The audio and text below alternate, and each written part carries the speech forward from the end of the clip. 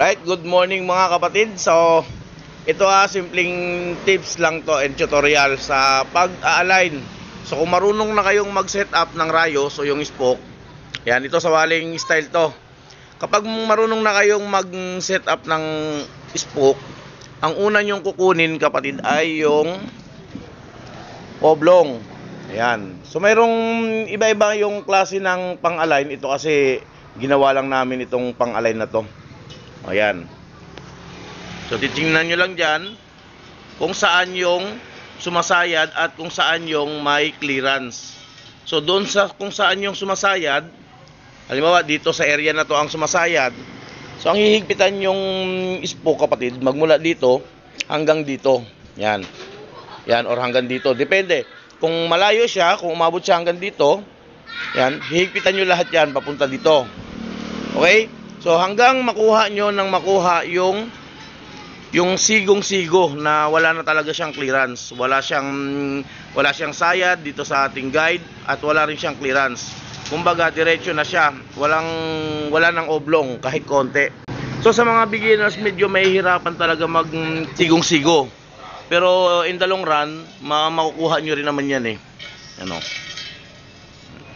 So yung dugtungan, sana ba yung dugtungan? So itong dugtungan na ito kapatid, yan hindi talaga yan perfecto, no? Magkakaroon niya ng clearance o magkakaroon niya ng kunting sayad. Ayan. Yan yung dugtungan. Okay, kapag nakuha niyo na yung oblong, dito naman kayo sa wagil.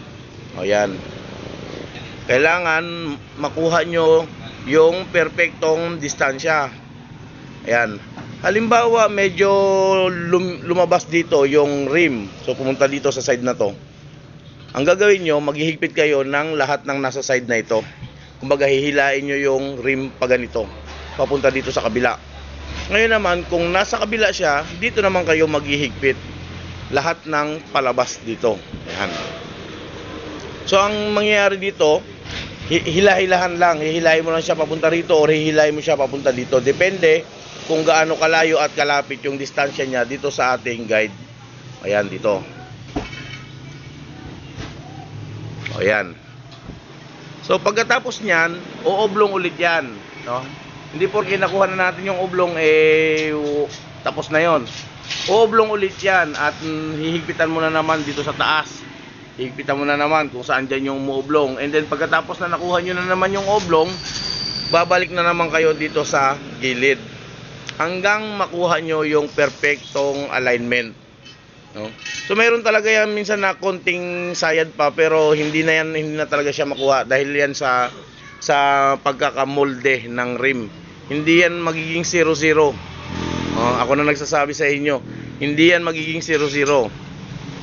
Dahil yung ibang rim mayroong minsan na bumukol yung bakal niya, hindi nyo makukuha. Mahirap habulin yung ganun. And then pag natapos na, naalay nyo na ng gusto, doon sa butas ng, sana ba yun? Ito. Yan, dyan sa butas ng pinaglalagyan ng spoke, sa guide nyan, so maghihigpit kayo 1, 2, 3, 4, 5, 6, hanggang maubos nyo kapatid. Lahat ng spoke na mahigpitan nyo at same sequence, same yung kanyang higpit. Kung kunting higpit lang dito, ganun din sa isang spoke hanggang maubos nyo, puro same lang para hindi na magbago yung clearance nito at yung clearance dito sa taas. Okay? So sa may mga katanungan, pwede kayong mag-comment kapatid at sasagutin natin yan. Okay? Thank you very much. Have a nice day.